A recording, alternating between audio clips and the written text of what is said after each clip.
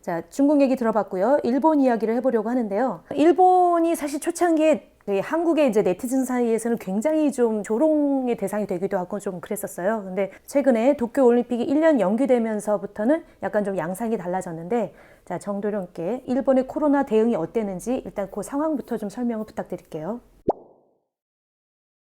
네. 자, 일본은 원래 일본 모든 국민이 염원하던 대규모 스포츠 이벤트가 있었죠. 그게 바로 이제 2020년 도쿄 올림픽인데, 이 도쿄 올림픽 같은 경우에는 일본에서 어떤 그런 다시 한 번 더 새로운 경제 부흥의 기점으로 삼기 위해서 적극적으로 유치를 했고, 그걸 이제 굉장히 많은 기대를 가지고 유치를 했었는데, 가장 먼저 일본에서 대규모 코로나 확진자가 발생했던 곳이 바로 일본에 있었던 크루즈선입니다. 근데 이 일본의 아베 총리는 이 크루즈선 자체를 봉쇄를 해버리고, 이 크루즈선은 어떤 그 일본 영토에 사람들이 내리지 않았다는 그런 그 이유로 이 크루즈선에서 확진하는 사람들을 일본의 확진자로 규정하지 않았어요. 그리고 이제 일본 내에서도 이제 코로나 환자들이 발생을 한 걸로 알고 있는데, 일부러 검사를 안 했던 거죠. 검사를 안 해가지고 계속 확진자 수를 증가하는 어떤 통계를 내지 않았던 겁니다. 그리고 이제 여기에 대해서 비판하는 의사들이라든지 학자들 같은 경우에는 어떤 방송 출연을 금지시키고, 이런 식으로 어떤 굉장히 어떤 그런 정권 자체에서 어떤 그 언론 통제를 했던 그런 나라였는데, 그러다가 이제 결국은 이제 얼마 전에 올림픽 자체가 1년 정도 연기가 됐죠. 그러면서 이제 갑자기 코로나 확진자가 증가하는 이상한 현상을 보이게 되는 겁니다. 이걸 봤었을 때 논리적으로 올림픽 때문에 코로나 확진자를 정권 차원에서 막지 않았나 이렇게 볼 수가 있고요.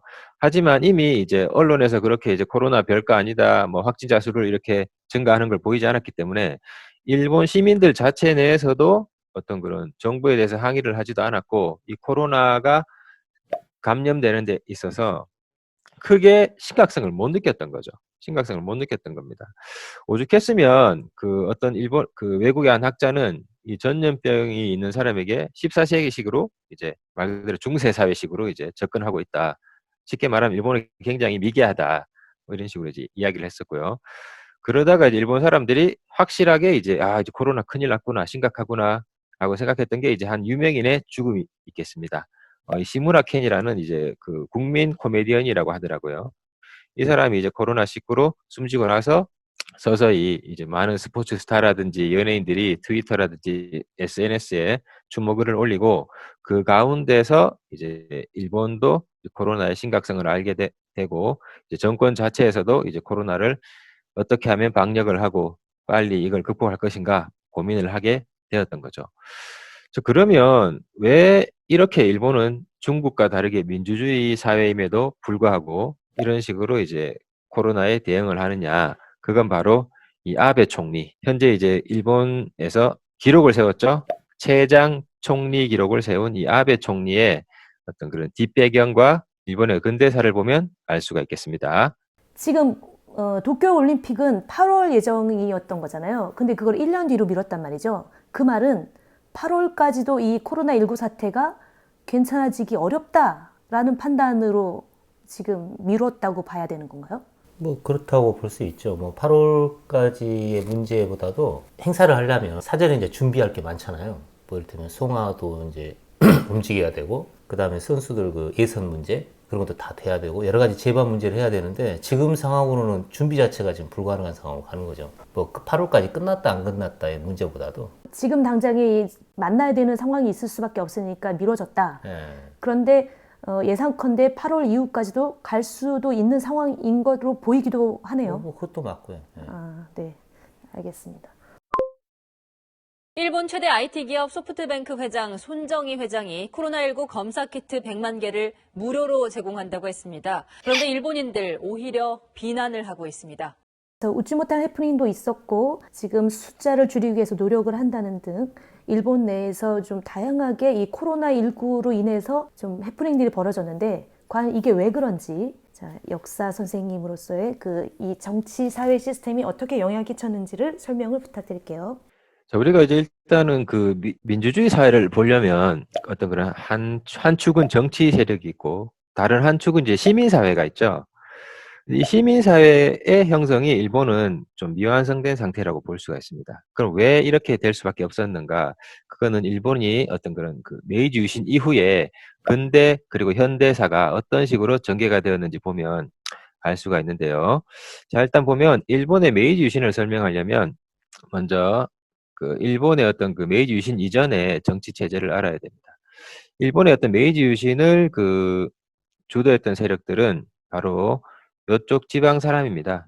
요쪽 지방 사람들이 사스마번, 조슈번, 토사번 해가지고 요 세 개 지역의 어떤 그런 봉건 영주들이 힘을 합쳐가지고 당시 여기 도쿄 지역의 어떤 에도 막부를 쫓아내게 된 겁니다. 그게 이제 메이지 유신이고요. 그럼 왜 이 지역의 영주들이 메이지 유신을 일으켰느냐? 여기는 이제 그 나가사키나 히로시마나 어떤 여기 보면 일본이 네덜란드 그리고 이제 포르투갈 상인들이랑 교류를 하는 가운데서 서구 문물을 좀 빨리 받아들였던 지역입니다. 그러다 보니까 이제 발달된 서구 문물을 알게 되는 거고 우리가 빨리 서양처럼 근대화를 해야지 우리도 더 잘 살 수 있다. 이런 어떤 인식이 있었던 것 같아요. 그래서 여기 지역의 사람들이 이제 메이지 유신을 일으키게 되고 그 메이지 유신을 일으킨 이 지역 사람들이 이제 사회 기득권으로 올라가게 되는 거죠. 우리가 잘 알고 있는 이토 히로부미 같은 사람들 다 이쪽 출신입니다. 자, 그래서 메이지 유신과 입헌 군주제 시작 이렇게 볼 수 있는데 이 그림이 이제 일본의 메이지 유신을 나타내는 그림이고요. 그럼 이 메이지 유신은 어떤 거냐? 바로 첫 번째 강력한 일왕 중심의 중앙집권 국가가 되는 겁니다. 이전에 일본은 에도에 있는 에도 막부의 쇼군, 장군이라고 하죠. 쇼군 중심으로 에도를 다스리고 있고 각 지방의 다이묘라고 불리는 영주들이 다스리는 어떤 지방 분권 국가였습니다. 일왕이 있긴 했지만 일왕은 그냥 어떤 쇼군의 어떤 그런 꼭두각시 같은 그런 상징적인 존재였고요. 근데 이제 이 아까 전에 말했던 조슈번, 사스마번, 포사번 이쪽에 봉건 영주들 중심으로 메이지 유신이 시작되면서 강력한 중앙집권 국가가 되는 겁니다. 그리고 이제 메이지 유신을 일으켰던 유신지사라고 하죠. 이 유신지사들은 중앙집권 국가의 관료, 중앙 관료가 되면서 이제 권력을 독점하게 되고요. 그리고 이제 국민개병제를 실시로 이제 신분제를 재편하게 됩니다. 이 신분제 재편 과정을 제가 좀 이따 자세히 더 설명을 드리겠습니다. 그리고 이제 신도라고 해서 일본의 어떤 민간 종교인데요. 이 신도를 국교화하고 이 신도의 가장 우두머리 신으로 일왕을 앉히는 거죠. 선생님, 네. 신도라고 하니까 약간 무슨 신또라이 같이 들려요. 아, 원래 근데 이게 원어 발음이 신도라서.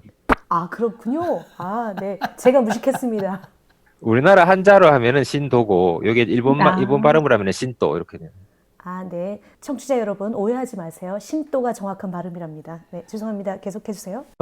그러면 이제 근대 일본 자유시민운동의 모순이라고 하는 걸 제가 타이틀을 붙여봤는데요. 이게 이제 앞에서 설명했었던 그 신분제 개편이랑 또 상관이 있습니다. 유신 이전의 신분제를 보면 일왕은 상징적인 존재지만 어쨌든 신분은 가장 높아요. 제일 위에 있고 그 다음에 이제 아까 말했던 메이지 유신 이전에 일본을 다스렸던 에도 막부의 쇼군 있고 그리고 이제 각 지방의 영주인 다이묘 그 밑에 이제 쇼군과 다이묘의 어떤 신하들이었던 사무라이들이 있고 그리고 이제 평민 이런 식으로 되는 겁니다. 근데 유신 이후에는 신분제가 어떻게 바뀌냐면 이렇게 세 개로 바뀌어버려요.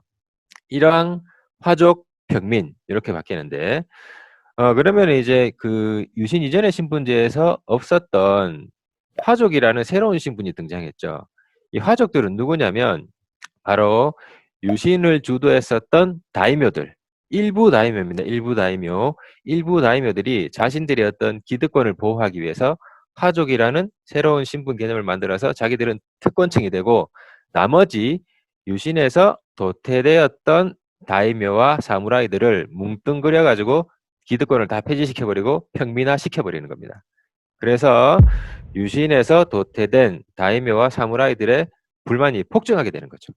자, 이런 어떤 사회 분위기 속에서 이제 일본의 시민운동이 이상한 방향으로 일어나게 되는데요. 이제 그거는 바로 여기 나오는 그림을 통해서 알 수 있습니다. 이것도 굉장히 유명한 판화인데요. 우리 교과서에 자주 실려요. 이게 뭐냐면 바로 정한론 논쟁입니다. 정한론. 정한론은 뭐냐면 일본이 이제 메이지 유신을 통해서 근대화를 하고 서양의 어떤 국가들처럼 제국주의 국가로 가야 된단 말이죠. 그럼 제국주의란 국가 말은 뭡니까? 이제 다른 나라를 침탈해서 식민지를 삼아서 그 식민지를 시장화 시켜가지고 거기에 이제 자본주의를 이식시키고 어떤 원료를 생산하고 상품 시장으로 삼아서 그런 식으로 이제 그 자신들의 나라를 발전시키는 일종의 굉장히 안 좋은 개념인데요. 일본이 그럼 이 제국주의 국가를 가기 위해서는 다른 나라를 쳐들어가야 되잖아요. 그 가장 먼저 표적으로 삼았던 게 바로 이 바다 건너 한국, 당시에는 조선이었던 거죠. 그래서 정한론은 뭐냐?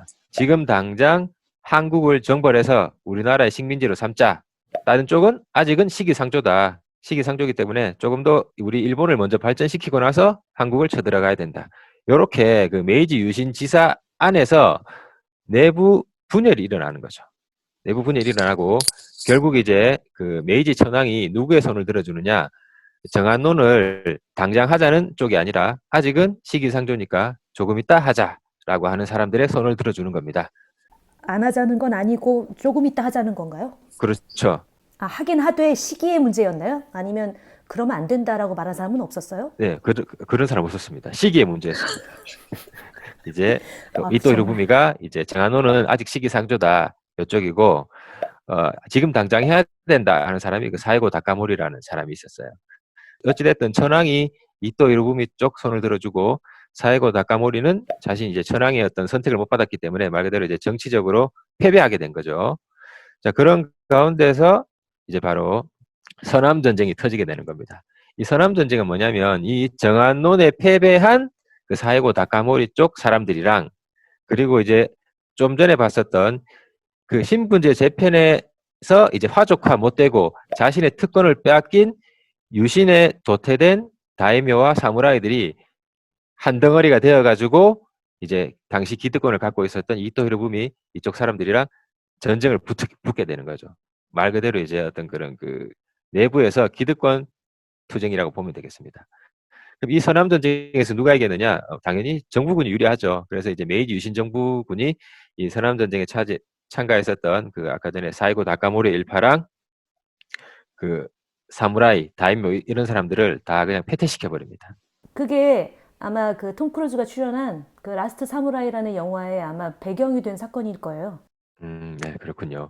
자, 그래서 여기에서 이제 어떤 자유시민운동의 모순이 나타나는 거죠. 바로 요겁니다.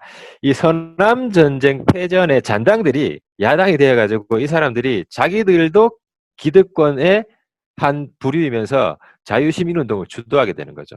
기득권이 없었던 시민들이 어떤 성장을 해서 자유시민운동을 주도하는 게 아니고 기득권이었던 사람들이 이제는 전쟁에서 졌기 때문에 어찌됐든 평화적인 방법, 무력을 사용하지 않는 방법에서 정부랑 어떤 각을 세워야 되기 때문에 이 사람들이 자유시민운동을 주도하게 되는 거고요. 이렇게 보면 이제 일본의 시민운동은 시작부터가 이제 기득권층이 주도하게 되는 거죠.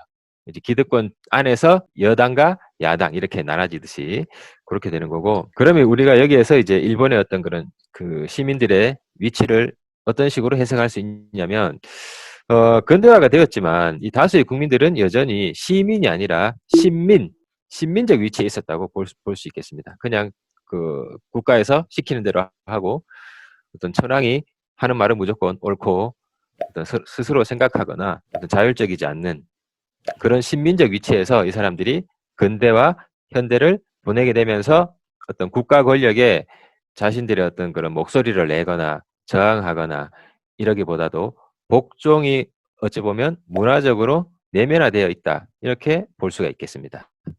지나가는 길에 하나 질문이요. 그러면 아까 그 친분제가 화족이 있었다고 그러는데 그 메이지 유신 때 그 화족이 헌법상으로 그 보장이 되는 개념이었나요? 그냥 개념적인 화족인지 아니면 신분제가 철폐가 안 되고 그게 유지가 됐냐 이거죠. 헌법상으로. 신분제는 철폐를 했었는데 이 사람들이 자신들을 화족으로 지칭하면서 이 화족이랑 일왕가는 군대를 안 가요. 말 그대로 막 특권층이 되는 거죠. 그럼 현실적으로 그 인정을 했다는 얘기네요. 헌법적으로. 근데 일본은 모병제잖아요. 징병이 아니고. 그러니까 군대를 안 간다라는 게 무슨 의미가 있어요? 당시에는 징병제였어요. 당시에 어쨌든 화족들은 군대에 가는 의무를 지지 않는다라는 거네요. 네, 그리고 이제 여러 특권을 다 가지고 있죠. 일종의 귀족 같은 어, 의미라 보면 됩니다.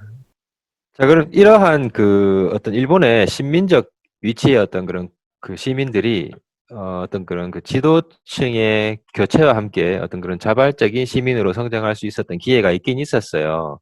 그게 언제부터냐면 바로 2차 세계대전 패전입니다. 자, 여기 이제 유명한 사진이죠. 여기 이제 미국 미주리호입니다. 미주리호에서 일본의 외무장관이었던 시게미스가 항복 서류에 그 서명을 하는 사진입니다. 서명을 하는 사진이고, 이걸 통해서 이제 우리가 이제 그 나치 세력들 같은 경우에는 니른베르크 재판이라고 해서 그 유명한 전범 재판에서 이제 심판을 받았죠. 마찬가지로 일본의 어떤 전범들은 도쿄 전범 재판에서 이렇게 여기 사진에 나옵니다. 전범 재판에서 심판을 받게 되었어요. 그래서 이 사람들이 어떤 그런 여러 가지 어떤 그 자신들의 어떤 그 전쟁 범죄의 등급에 따라서 뭐 S급, A급 이런 식으로 쭉 나뉘게 되는데, 근데 이러한 그 도쿄 전범 재판이 니른베르크 전범 재판이랑 완전히 다른 양상으로 흘러가게 됩니다. 자, 그거는 무엇 때문이냐? 바로 앞에 말했었던 그 중국의 공산화와 상관이 있어요. 우리 앞서 제가 말씀드렸듯이 이 장제스의 국민당이 마오쩌둥의 공산당에게 패배를 하면서 이 중국 대륙 자체가 공산당이 집권하게 되고 미국의 이 동아시아 반공 정책에 어떤 비상이 생기게 되는 거죠. 미국의 원래 생각은 중국을 국민당이 집권하게 지원을 해서 중국에서부터 이제 소련의 공산화를 막는 거였는데, 중국의 어떤 국민당이 패배함으로 인해 가지고 미국의 동아시아 반공 정책이 변화가 되는데, 어떻게 변화가 되느냐? 바로 일본을 반공의 어떤 선진 기지로 삼는 겁니다. 선진 기지로 삼아 가지고 2차 대전의 전범들을 거의 다 무죄 방면하고 이 사람들이 기존에 갖고 있었던 기득권을 유지하게 하는 거죠. 그리고 여러 가지 어떤 조건을 내겁니다. 이 사람들을 풀어주기 위해서 대표적인 조건이 이제 뭐 앞에서 말했던 신성시에 썼던 천황이 인간 선언을 하게 만들고, 그리고 어떤 그 지금의 어떤 헌법인 평화 헌법을 일본에게 강제로 받아들이게 하는 겁니다. 그리고 이제 일본은 이런 그 미국의 어떤 그런 원조와 보호하에서 굉장히 이제 경제 성장을 하게 되는 거고, 일본이 경제 성장을 하게 되는데 가장 중요한 사건이 뭐였느냐? 바로 이제 우리한테는 아픔으로 다가오는 6.25 한국전쟁입니다. 이 6.25 한국전쟁에서 이 전쟁 물자를 어디에서 공급을 했느냐면 일본에서 공급을 하게 되는 겁니다. 그 전쟁 물자를 공급을 하게 되려면 공장을 지어야 되겠죠. 그 일본이 어떤 그런 원폭과 어떤 그런 전쟁으로 인해서 파괴된 산업시설이 이 한국전쟁 기간에 그대로 복구가 되고, 여기를 발판으로 삼아서 이제 엄청난 고도화된 경제 성장을 하게 되는 겁니다. 그리고는 이제 미국이 전해준 그 평화 헌법으로 인해서 일본의 민주주의는 자신들의 힘으로 이루어낸 게 아니라 말 그대로 어떤 우리가 이제 나무 옮겨 심기 한 것처럼 미국에 의해서 이식된 민주주의가 되는 거죠. 자, 그러다 보니까 이 메이지 유신 이후로 이제 일본의 근현대사를 쭉 보면 이 스스로 어떤 시민운동이라든지 어떤 부당한 권력에 저항했었던 그런 자율적 시민층이 과연 존재하는가, 그 부분에 대해서 우리가 조금 의심을 해볼 필요가 있고요. 물론 모든 일본 사람들이 그런 건 아닙니다. 일부의 어떤 그런 또 그 아베 정부에 대해서 시위를 하거나 데모하는 사람들이 있지만 이 사람들의 숫자가 너무 적다라는 거죠. 너무 적고 이 사람들이 어떤 그런 주된 목소리를 내는 층이 아니기 때문에 지금 우리가 이 국가적인 전 세계적인 위기라고 할 수 있는 이 코로나19 바이러스를 대처하는 데 있어서 일본 정부의 어떤 실책이라든지 잘못된 점에 대해서 어떤 전혀 어떤 비토하는 목소리가 없다라는 것이죠. 그게 이제 일본의 어떤 그런 근현대사가 진행되는 가운데서 이 지배층들이 어떻게 형성이 되었고, 그 지배층의 어떤 지배를 받고 있는 시민들은 어떠한 태도를 가지게 되었고, 이런 것들을 통해서 한번 알 수가 있겠습니다. 네. 복종이 내면화됐다라는 표현이 계속 좀 뇌리에 남는데요. 그 정한론 얘기도 있었고, 한국전쟁으로 인해서 그 일본이 좀 경제 성장했다라고도 하고, 약간 이웃 나라로 있으면서 알게 모르게 일본에게 피해를 본다라는 그런 좀 상대적인 생각을 갖고 있는데, 이번 기회에 좀 일본의 시민의식이 좀 성장하면 좀 같이 상생할 수 있는 데 큰 도움이 되지 않을까라는 개인적인 좀 생각이 듭니다. 자, 이렇게 중국과 일본 얘기를 해봤는데요. 뭐 한국 얘기는 구체적으로 얘기하기는 좀 그렇지만 그래도 한중일 삼국지니까 좀 그냥 간단하게라도 한국의 코로나19의 대응과 방식에 있어서의 어떤 특징이 있는지를 좀 살펴볼까요? 간단하게 해주세요. South Korea has now tested more than 196,000 people, but we are not anywhere close to that. They started conducting drive-through testing, but people here in the United States can't even get tested by their own doctors. This is the United States of America. We're supposed to be leading the world.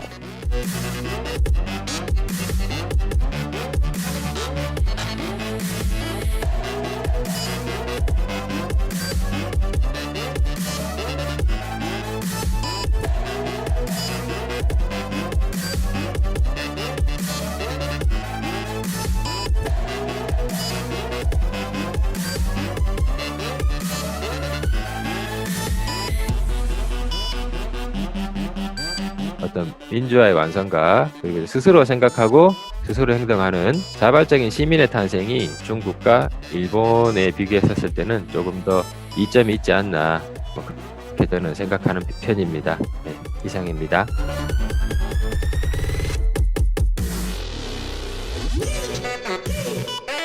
지금까지 시사바이블의 닥터렌트였습니다.